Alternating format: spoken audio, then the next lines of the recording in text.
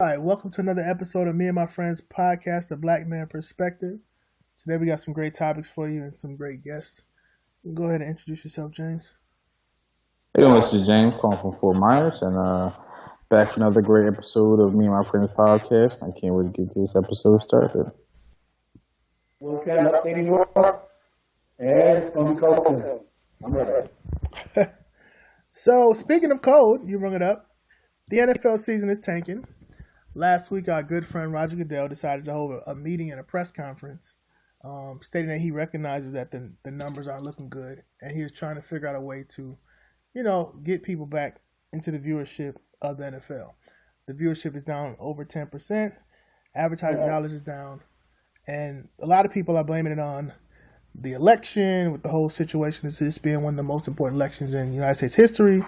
Some people are saying the penalties, the fact that the kick returns are down, and the whole national anthem protest. Instead of people like me saying, well, I think it's because the football is bad. Roger Goodell wouldn't say that. What do you think is the reason, and do you think Roger Goodell is going to be able to fix this in, let's say, 10 weeks? Because it's week 7, week 8 already. I'll start with that. All right, go. Yeah, definitely. I think Roger Goodell can fix this in less than 10 weeks. He has to do, and there is something terribly wrong in NFL football, and he can do one simple thing to fix that: fire himself, quit. He's doing a terrible job. The reason why people are not watching football is not because of the protests. It's not because of the election. Because 4 years ago there was an election, and it wasn't down. The problem is him. He is the problem. The owners, they got together and they wanted him in there. He is the problem. They have too many rules now that I think has destroyed the game. I can understand some rules that they have set in place now, as far as like protecting the quarterback. I get that, but moving the extra point back to the 25-yard line, come on, man, stop it. Protecting some of these receivers, 5 yards off the ball, it's just getting way too easy for these receivers to get open and get touched. I mean, all these ticky-tack calls, they got to stop. I mean, the attack the attack against the players on as far as off the field is getting ridiculous. Yes, we understand domestic violence happens. But that should not affect your job. If I got a situation with my job now, if I got caught with a domestic violence charge and it did not affect me going to work, my job should not have to suffer because of it. So why should these people be held to any standard differently? I don't agree with that. It's like that. If you get in trouble by the law, okay, you're handling your business with the law. It doesn't affect me working, but that's just my opinion. All right, Will, how do you feel? All right. I agree with everything James said, except for one. I'm not good for that. Definitely, I have, and Jarrell knows this. Saturdays versus Sundays, Jarrell knows I watch football on Saturdays, and I'll have the TV on Sundays, and if I'm home, I'll watch games, but it's not a priority, The priority for me right now is college football. And it's a lot to do with what James said. You know why? Because the rules are the same in college football when I was growing up. Mm-hmm. And, I get the concussion and totally get it. They're in tough situations. But if an artist changes, like if my favorite artist changes his music, changes the way he does his songs, his albums, and I don't like it, even though it might be a good thing, the bottom line is I don't like the product anymore. Right. Mm-hmm. I get it. Totally get it. Like if they said, okay, rappers can no longer curse, I get it. All right, fine. Let's say I might agree with that. And with the concussion, I get it. But if I like rap music, I like my rap music a certain way, the product's not the same. And it's unfortunate what happened in the NFL, but the product is not the same. And when I watch college football, Same product I've been loving for years, and I definitely have more interest in college than the NFL. And the only thing I disagree with James about is the thing about domestic violence. I think the only difference is that if you and I, James, went to work, I know my coworkers, I was a bunch of ladies. If they knew I beat my wife, they can't fire me. Like for performance, because I have to be here, but they can find a way. They can find a convenient way to get rid of you. I think it's just unfortunate one of those things is like when you're famous, image matters, and a lot of times it's equal, probably even more important than what you actually did. You raised a good point. If somebody's at their job and they commit domestic violence at a regular job, nobody knows about it. But when you're famous, it's just an unfortunate part of being famous. And James right. It's not equal. It don't make logical sense, but that's kind of what you sign up for. And part of your job, and it's real simple. I think a lot of organizations, they may understand that these things may happen, but once some sponsors start calling, the owner might call and say, listen, Will, James, I don't want to let you go. You know what I'm saying? You my star player. So, and then I got you, or I got this big-time contract with Pepsi, with Nike. You got to go, man. You know what I'm saying? Yeah. I mean, I don't have a choice. Like what you need is a Super Bowl. But if I don't have these sponsors, I got nothing. You got to go. I think it comes down to not what's right. It comes down to business. Mm-hmm. Yeah, I agree with that.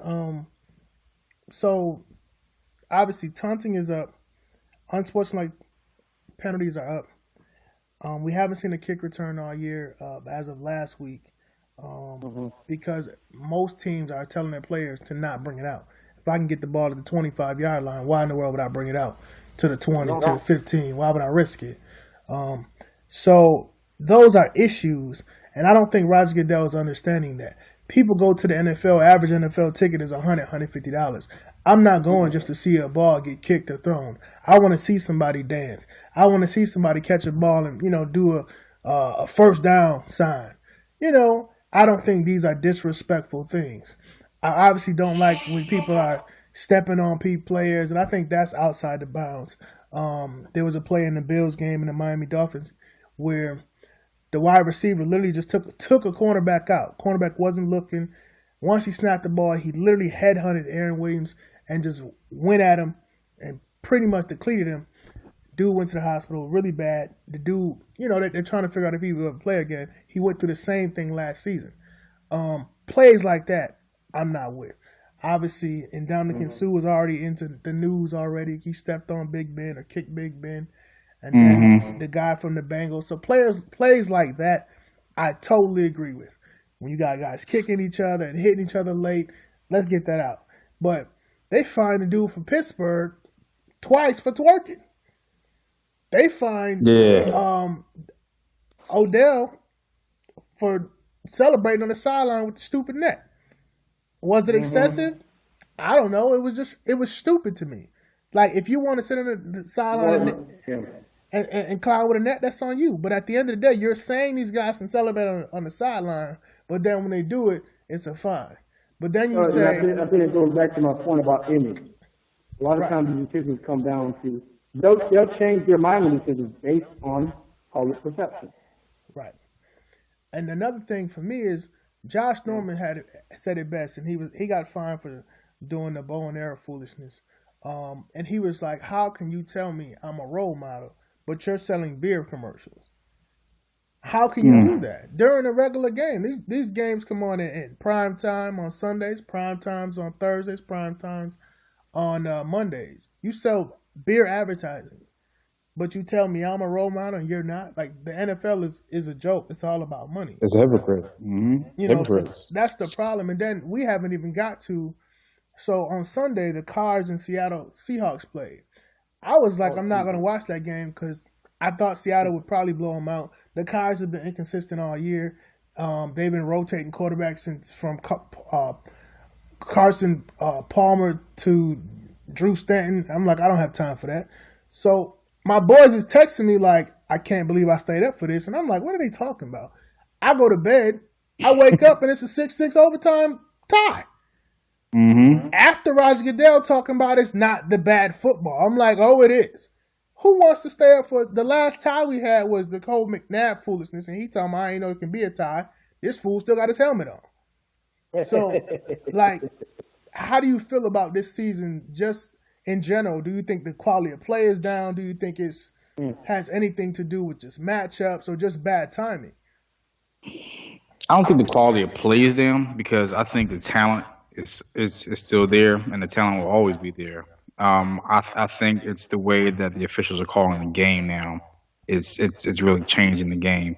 As I stated before, it's just it's and what Will stated. I'm sorry, what Will stated. It's not the same game that I grew up with. And if you have a product that you love and that product not the same, you're going to go to a different product. Like I tend right now, I'm shifting more towards basketball than I am football. Just because it's just not the same. Yeah. Mm-hmm. And I think the one thing I thought about NFL parity equals bad football. Mm-hmm. Parity is to me never good for sports. It's good if you in a city in some of the cities with bad teams because you feel like your 500 teams you got hope. But overall, to me, parity across the league means it's bad football. When everybody's around 4-3, 3-3, 2-4, or 0-7, right? This is America. I mean, it's just complex. To me, what's interesting is dominance. Point blank. Yeah. Right. You need a certain number of teams. I'd rather have 7 or 8 dominant teams in NFL season than I have a bunch of 32 teams trying to figure it out. I watch these games. It's bad. The scores are low. It's bad football. I mean, and to me, it's unwatchable. Now, I go on Saturday, and I've got these colleges. It's precision. It's offense, it's defense. I tuned in. I figured that the Sunday night football game, Seahawks versus Cardinals. Well, okay, finally, first of all, it's finally a very actually good matchup on one of these night games. And I'm like, are you serious? And then I was reminded, oh yeah, Cardinals and Seahawks kind of suck. All right. Even though the records for the Seahawks are good, even when you're good, like to me, the Patriots are the only one of the few teams that are actually really good. I mean, you got Seahawks who I think are the division leaders. Are they the division leaders out there? Or the Broncos? No, they're the division leaders. Yeah, Seahawks. Who's leading that division over there? NFC West. The Seahawks. And then it should be the Cardinals, but the Cardinals are 3-3 or something like that. They needed that win. Yeah, that's what I'm saying. But we've seen the Seahawks struggle all season. So we have a division leader. How bad must that division be that the Seahawks are leading the division? And so I think that it's just a bunch of bad football. And the Seahawks are 4-1. They're 4-1-1. But it's bad football. I mean, it's a good record, but I mean, didn't they have a 12-9 win this year? That was one of their wins, right, early on. Something like that. Yeah, that was week 1. Yeah. Yeah. So actually, I think did they lose that one? They won that one. They won that one. They came back and won that. Yeah. Yeah. So to me, it's just bad football. And other than I was telling Jarrell, other than maybe seeing the Patriots versus the Broncos, or it's very few matchups right now that I got to see that. So. Well, Thursday you all have Tennessee Titans and the Jaguars. So I'm hoping. I don't care about the colorful uniforms. I'm not watching that. Oh, that's another thing the NFL did. They decided to make the last few years they've decided to make the Thursday night game the uniform day, and decided to throw back jerseys and stuff like that to make it more exciting. Like I care about what color jersey someone has on who's playing football, but I'm not gonna lie, I tune in, and I would tune in Thursday just to see the uniform. But that's it. Then I'm turning. Yeah, it's just I kind of on the bad football, but I think the totality, I think both of them just hit their mark at the wrong time. And you're right, because usually the last few seasons we've seen teams start 9-0, 7-0, 6-0, Yeah, 8-0. right. And all those, remember the great Peyton Manning teams would always start, 10-0, 5-0, 7-0, stuff like that. There you go. And even the Patriots, Cam Newton had a great record last year. You don't have that dominance this year. And then the penalties, are really out of control. I mean, some of the, literally, I had watched the game, a guy spinning the ball on the sideline after he got a first down, 15-yard penalty. Okay. I'm like, wasn't a, verbal match with the coach, wasn't a slamming the ball in somebody's freaking face. It was literally spin the ball, which I've seen receivers do in the middle of the field. But because you do it on the sideline in front of the opponent's bench, they feel like that's taunting or unsportsmanlike, stuff like that. So I think that's out of control. But I don't know if Roger Goodell's going to figure it out, but I think Roger Goodell's going to try, because he has to figure it out. Because at the end of the day, you have to look where we're going. We're headed to maybe a Vikings-Patriots Super Bowl, maybe a Philadelphia Eagles Patriots Super Bowl, or Denver or Pittsburgh. I mean, there's no team that you can say doesn't have any problems. I think the most solid teams out there, if you look at, you can say the Eagles, you can say Dallas, you can say Patriots, but even all of those teams have issues. I don't think anyone's going to say they're a dominant team. I think you can say Dallas may be the most complete team, but you don't know. They haven't really played a lot of talented teams recently. They have a tough schedule coming up, and then Dez has not been in the lineup. The Romo effect will come up, soon. He's supposed to start throwing in a couple of days.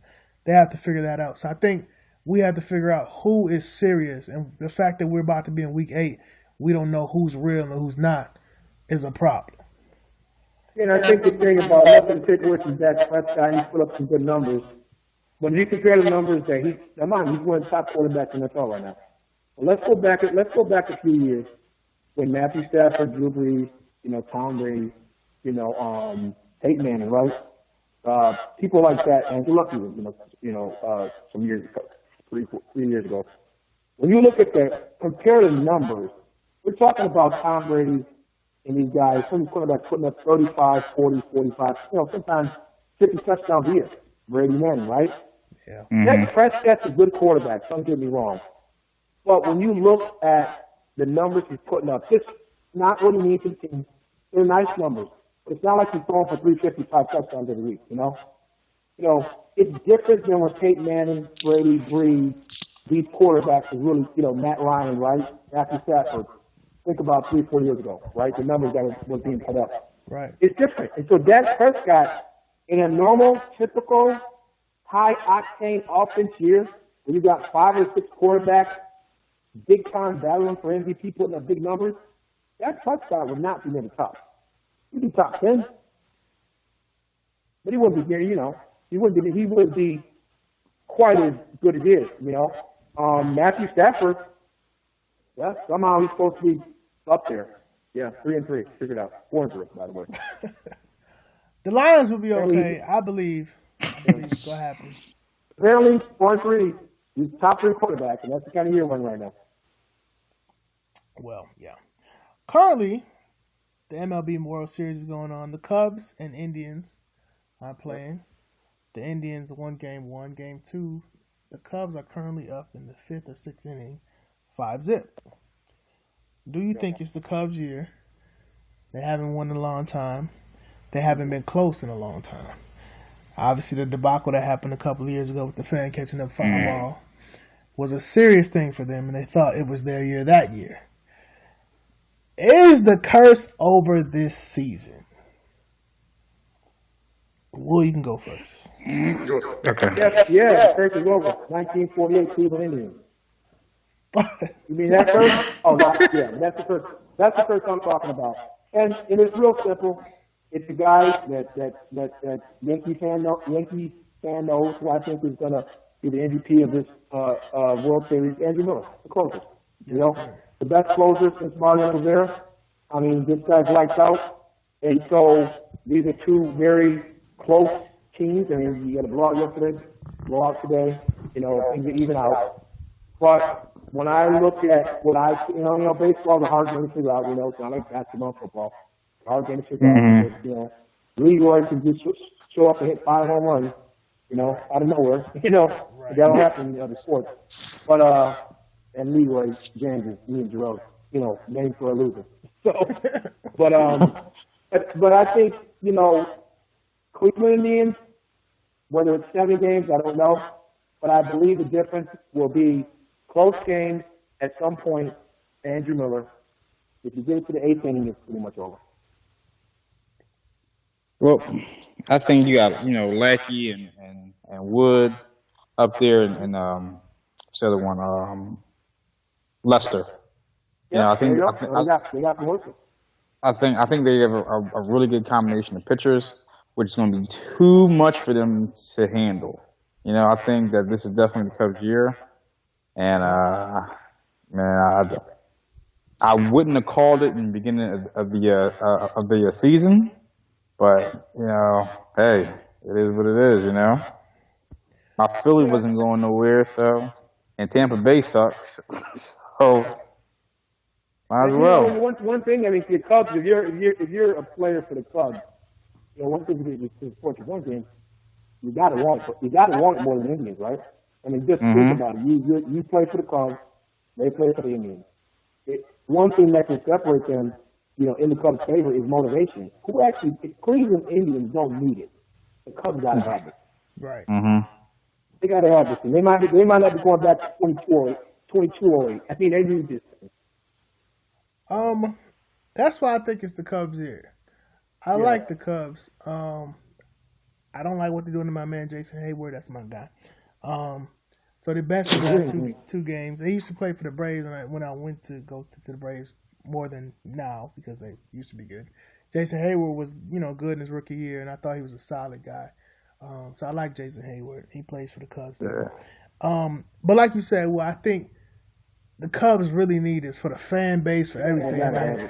You don't get close this many times. I've been saying for years, I think baseball is one of the hardest sports to win a championship because only 4 teams get the playoffs and you got a wild card, and then they change the wild card system so you can technically be in the playoffs for a day and then you cannot be in the playoffs for a day. It's a nightmare. So I really think they have to have this because they aren't the Giants. So they aren't like, Giants are built for the long haul. They'll be in the playoffs and then, go out one year and then they won't make it and they won't make it and they will make it. I think that, Bumgarner, those guys have been there for years, so they'll be fine. I don't think the Cubs are built like that. They're built for 1 year. Theo Epstein is not building an empire. It's the same guy that built the Boston Red Sox. He didn't build it for the long haul. He built it, and guys left, guys came back, different things, and they won. The Boston Red Sox, unfortunately, won one championship out of that. Or 2, but, over time. But I think they have to have it for the fan base, man. Because they really thought they had it a couple of years ago. And now the good thing is, the 2-3-2 setup for baseball is they're going back home for 3 straight games. They could end this in Chicago. I don't think they will, but they can. They definitely end this in Chicago. Right. It's definitely going home to Chicago. Right. So I just think they've been wanting this for a long time. It's going to happen. I have a friend who's a Cubs fan, and he actually owns the bar up here. And when the Cubs, I thought he bought everybody shots, So I'm kind of hoping the Cubs win because I don't know what else is going by if they win everything else. Yeah, Jake Arrieta, he's pitching tonight. And one more thing to come favor, technically, if you need him again, it's game 2. Listen, this guy can come back game 5. If you wouldn't do that, though, we definitely come back for game 6 or 7. Right. Mm-hmm. So, Arrieta, he can pitch twice. Right. So I think that's a good thing. The debacle of the NBA season started yesterday. My Knicks were blown out by 20. And the Warriors lost by like 29 or something like that. Yeah, I guess it's a 2-part question. 1, do you think the NBA season will be good? Number 2, what in the world is going on with the Warriors? Would you be worried? Would you not be worried? It is the Spurs, so some people saying it don't work. James, how you feel?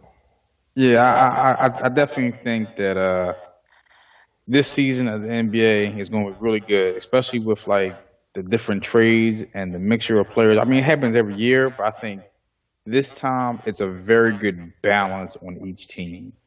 Um, I don't think there's no runaway with a certain team, but and with the Warriors losing to the Spurs, they always lose to the Spurs. You know, in the regular season, in the playoffs somehow they either avoid them or they beat them. Yep. You know, Hey. so Um, Um, it's oh, good. no, you go. NBA season, it's going to be good, because the NBA is consistent. It's always good. Even when you have dominant teams, I go back to, a couple of years ago, Miami Heat was dominant. But you always had, the Pacers, and there were some years, a couple of years there, where even though the Miami Heat was a better team, you're watching the series like the Pacers and Heat, you really didn't know who was going to win. It has always been intrigued. Right. Go back years ago, Steve Nash and the Suns never won a title. But there were some years there where they were challenging the Lakers, challenging the Spurs. And you knew this, you're back in your mind, you're like, all offense and no defense cannot win, right? Back in Shannon Fry. But there were some years with them Phoenix Suns, they were scoring so many points. And you just wondered, maybe they'll beat the Lakers, maybe they'll get the Lakers, maybe they'll get the Spurs. It never happened. But the NBA is always going to be good, and this season is going to be no different. It's always intrigued. Even when there's dominant teams, it's still enough competition to make it interesting. It's always a storyline. Now, as far as the Warriors, well, they're not winning the title this year. I'm not going to tell you that right now, if there's any hang up and you're wondering. They will not win the title this year. And the reason we will not is, what's the guy named? Speak? Is that the big guy? Marcus Speaks. who? And Andrew Bogut. Oh, the inside guy. And Bonds. And Bonds. Those three guys will be the reason that they don't win, because they had to give up 3 quality players. No, they're not collectively as good as Kevin Durant. But I don't really think he plays defense. Maybe once a week. So I would not. Bottom line is they became a significantly worse defensive team. And at some point, I don't know, like the NBA Finals, something like that, you're going to need some defense. And I think that they're going to score a lot of points. And, you got to figure out, as Jarrell said, Draymond Green, Klay Thompson, Steph Curry, Kevin Durant, it's only one basketball. Yeah, that's Good point. I think the NBA season will be good also. I really, really like the fact that Dwayne Wade and Rondo's with the Bulls.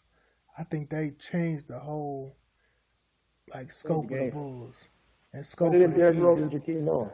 Right. So I think when you have a veteran like Wade, a veteran who won a championship, but also a thinker who is a different type of point guard who rather get the guys involved like Rondo and not a score first, because the score first point guys are now what's it in the league now.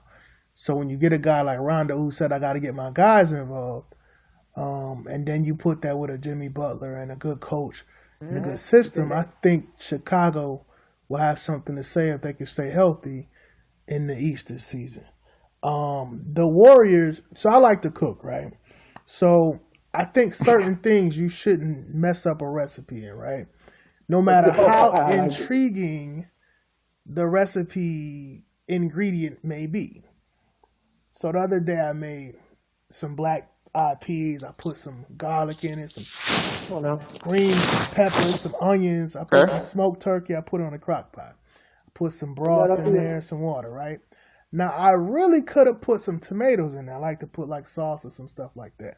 I could have put some okra in there. Now, these are great ingredients, but it would have messed up what I was trying to make. I think the Kevin Durant thing will eventually mess them up. I'm not saying they won't win a championship eventually, but it's going to take them longer to figure it out because they understood Barnes. Barnes was able to say, I'm going to take the third most shots every night, the fourth most shots every night, right? Now you say, now Kevin Durant has to take the first or second most shots. Also, Curry would be the only one on the team taking bad shots. Bad shots are stuff that's A couple 3-4. last night. Right, three bad shots to Mm-hmm. me, and I love Curry, but to me, bad shots are things 3-4 feet behind the 3-point line. Bad shots is if you want off one leg, one arm. Bad shots if you shooting a shot and you going back, turning your head towards the basket, not knowing it's gonna brick and you can get a rebound, but you already going back trying to celebrate. These to me are bad shots. Now you Behind go the to back Kevin. passes with the game on the line. Right. Now you go to Kevin Durant. The real issue with OKC when they blew a 3-1 lead is because Kevin Durant and Russell Westbrook were both taking bad shots. Kevin Durant is a problem with that offense in OKC. He scored a lot of points, but took a lot of shots. And some of them, it don't have to be 10 a game, but even if you have 4 or 5 bad shots, that can hurt the offense. Now you have Curry and Durant taking bad shots. Couple that with a crazy Draymond Green who's kicking people again, who learned nothing in the offseason. To me, Klay Thompson Might is not only make one. it off a break. Right, like he didn't get suspended enough. To me, the team had to present themselves as saying that he didn't cost them a championship. I think they did. He did. To me, it's going to take time, and I think Steve Kerr needed that. Steve Kerr is a wizard mentally with the game, so he understands you have to have certain losses. You have to get your team humbled, right? And they were humbled last night by the Spurs. So I think the Spurs do have their number, but if someone beats you by 30, they have more than your number. That's a disrespectful thing. Kawhi's gotten better every season. Kawhi's gotten better every season. The other guy that they got, and then to me, the Spurs got younger. Yeah, when you get you put. I don't know. So I don't know if Spurs got younger. I I love Duncan. No. Once you retire old man Duncan, we can go younger. What's the guy that he was on the bench last few seasons and he was dominant last night? I forgot his name. think about Anderson. No. It's a muscular dude. He looks just like Kawhi. And he plays, defense. He shoots jumpers, whatever. He's kind of plays like Kawhi. He's a rookie. He's a rookie. He's not a rookie. He's like 2-3 years in the season. 2-3 years in the league. I forgot his name. But anyway, with that and with the veteran leadership of Parker and those guys, I think they're really gonna be a problem this year in the West. But I think the Warriors have to get focused because this is not gonna be a cakewalk. Because every night someone's coming after. About defense? So here's the issue. That's both you guys. I don't know. Any concerns about defense? For the Warriors. Yeah, I do. You have Draymond Green, who's definitely going to get in trouble by the league for his antics, and Kevin Durant was never known for his defense. You got Curry starting too. Yeah, exactly. You got two out of Curry. five. So 2 out of I 5. don't Andrew think. Bogut ain't that good either.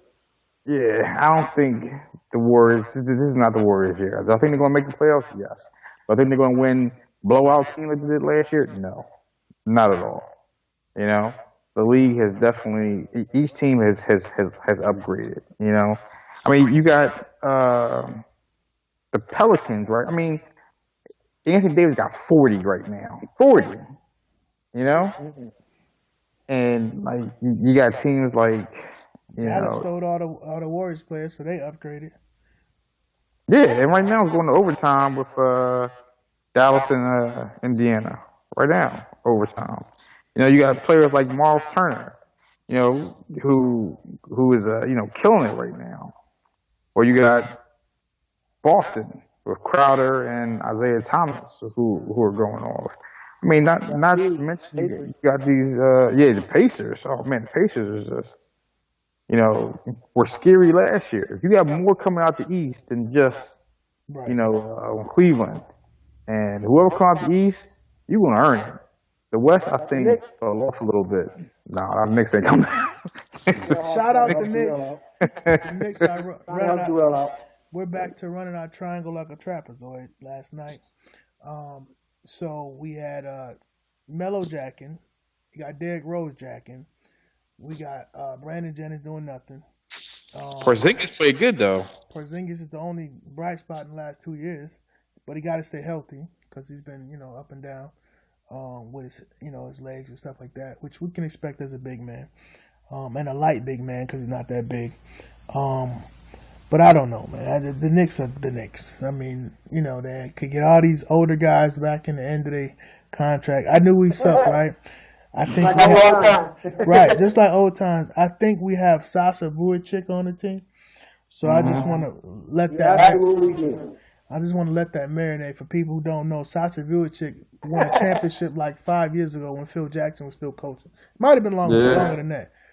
Phil Jackson. It's about 8 years ago. Right. So I'm like, this is how long this was. Andrew Bynum was still in the league when Sasha Vujacic won the championship. So these are things that are concerning as a Knicks fan because I'm not saying, that spot can't go to someone younger, but it needs to go to someone that's better. Now, Derrick Rose said, why would you be concerned? Derrick Rose, I heard him say yesterday that he will return to elite status. Well, I don't really see why you should have any fears. That is what Derrick Rose said. I read it. Yeah, I read it. I seen it. Well, I think the issue is the Derrick Rose thing is his knees. Well, not only his health, right? So we don't want to get into too much of his civil case, but his civil case kept him away from practice, kept him away from team organized meetings and stuff like that. It's hard to gain chemistry when one of the main guys who you rely on in the future is not there. And not only he's not there physically, he's not there mentally. When you don't know where your future will be. Obviously, it was a civil case, but it started at the end to end up turning into a criminal case. And the criminal case is not 100% closed. Obviously, one of the main detectives committed suicide, so that was an issue too. So when you're mentally not there and you're physically not there, he said, it feels like heaven to be back on the court, which I believe is, frees his mind. He let him get back to a sense of normalcy, but it's going to take time to get back into playing shape mentally and knowing the right plays and getting synergy with your guys.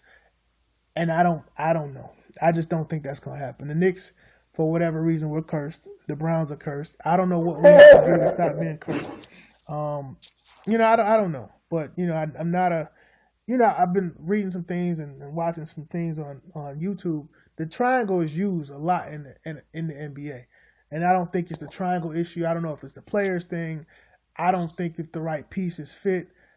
I don't know if Melo and Porzingis is going to work out long term because you got a old school big guy who can give you the ball down low and give you some points, but he also has some Dirk Nowitzki jump shots. And then you got bully ball Melo, who's kind of old school, say just give me the ball and get out the way. Get rid of Melo. Okay, we said that numerous years, and then like who you get, it's a tough thing. So I don't know. I don't know. Phil Jackson. Pick somebody. First of all, y'all should never got Derrick Rose. Okay, Chicago just played y'all. They played y'all big time. They got rid of their dead weight and gave it to the Knicks, because if any point guard y'all should have went after should have been Jeff Teague. But Jeff Teague, he was from Indiana. He was always going to Indiana. Then y'all got Mike Conley, because Mike Conley, he wasn't happy with Memphis. Yeah, he wasn't happy with Memphis. He could have went to the Knicks. I would have got rid of Melo. I would have traded for like maybe a draft pick or two, and I would have built my team around Porzingis. But they didn't want to do it. And I would have kept Lopez. Because Lopez was good last year. He was getting mad. Yeah, mad boards. I don't know what they was thinking about. Get rid of Melo. He's a cancer. He's death to the Knicks. I think that, now here's my take on Melo. Totally agree. He's the highest paid, even when he was averaging 28, 29 points a game, right? Mm-hmm. He's just not LeBron James. He's just not Kobe.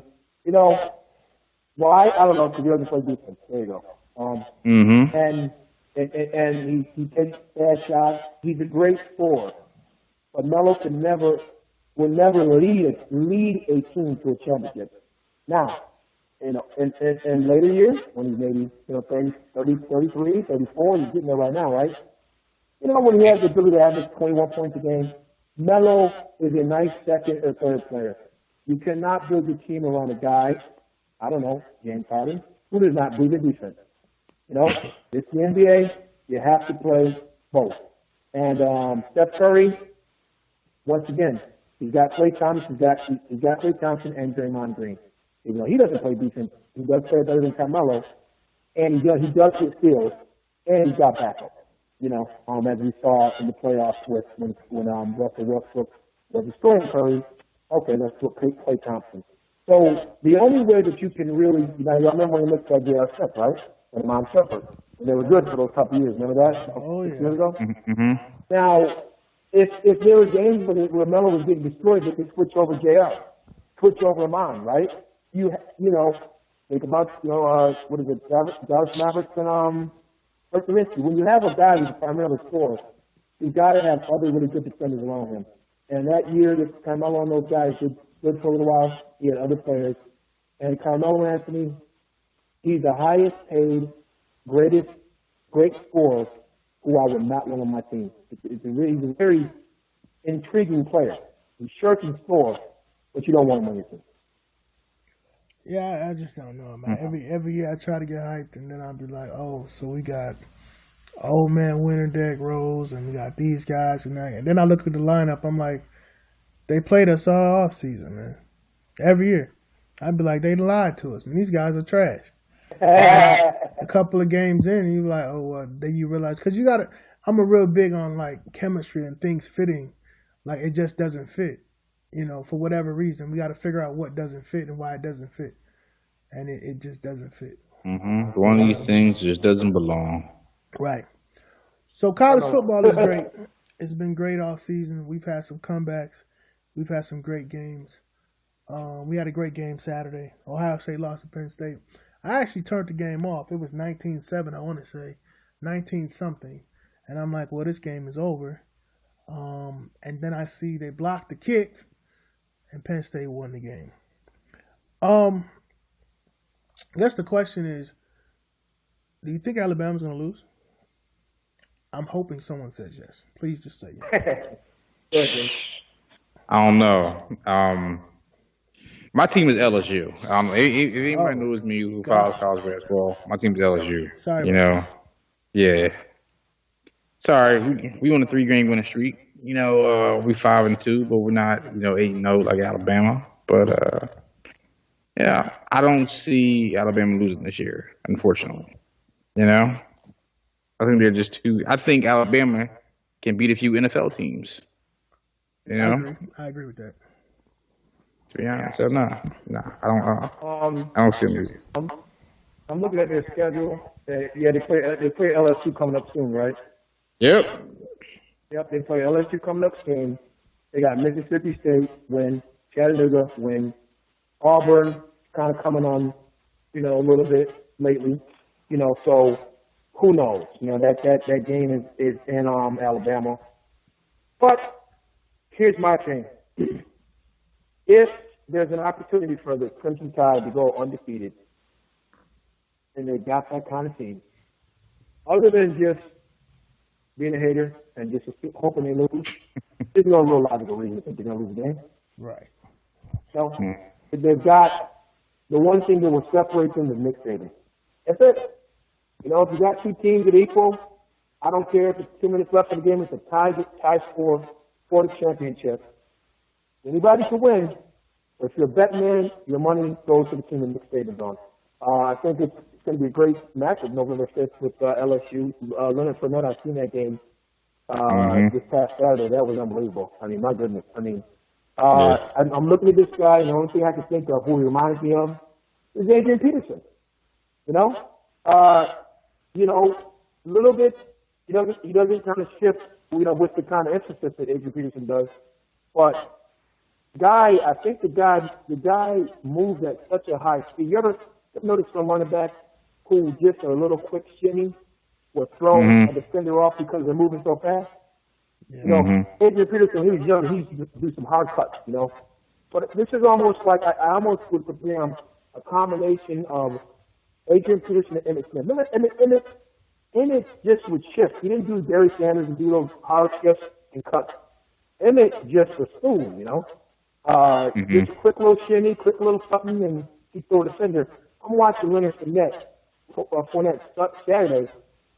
I mean, this guy is clear, ready for the NFL. Like, I don't know, this week. That guy's that good. And he'd be the number one pick as far as I'm concerned. I know we don't believe in number one picks for running back. This guy needs to be number one pick. He's the best player in football. Who do you think will win if Michigan can go undefeated and get their life together? Michigan. Alabama. You think Michigan will beat Alabama? No. I'm surprised you said Michigan. Who you think? I don't think they're going to beat Alabama. Well, I think obviously Ohio State dropped. They're number 2. Michigan, Houston is out of it. I think Tennessee is going to be out of it. I think it's only going to be in Michigan if they can go undefeated. What about Clemson Tide? And Clemson is you can get that, can't you? Who do they play? But I don't think they're serious. I think the only serious team to give them a show was Ole Miss. I'm talking about like in the championship game. Oh, okay. I think the only team that would get them a show is Michigan, because in Michigan, okay. Jim Harbaugh got a whole bunch of stuff, trick plays and stuff like that, different alignments and stuff like that.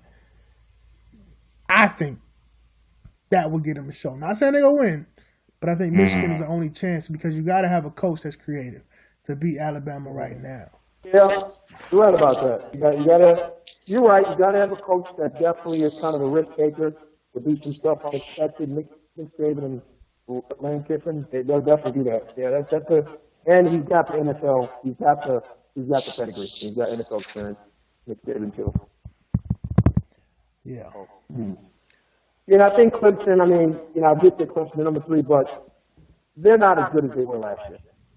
I mean, they lost some players. I mean, Deshaun Watson is not even as dynamic as he was last year. So. Well, I thought that was a good conversation on sports this week. And in case anyone listening, Chicago's up 5-1 with the bases loaded in the top of the 7th. And they just had a double play. Nope, 1 out. Still 5-1 bases loaded. 2 outs. So I think we're good. Thank you for listening to me and my friends' podcast, A Black Man Perspective. See you all next week.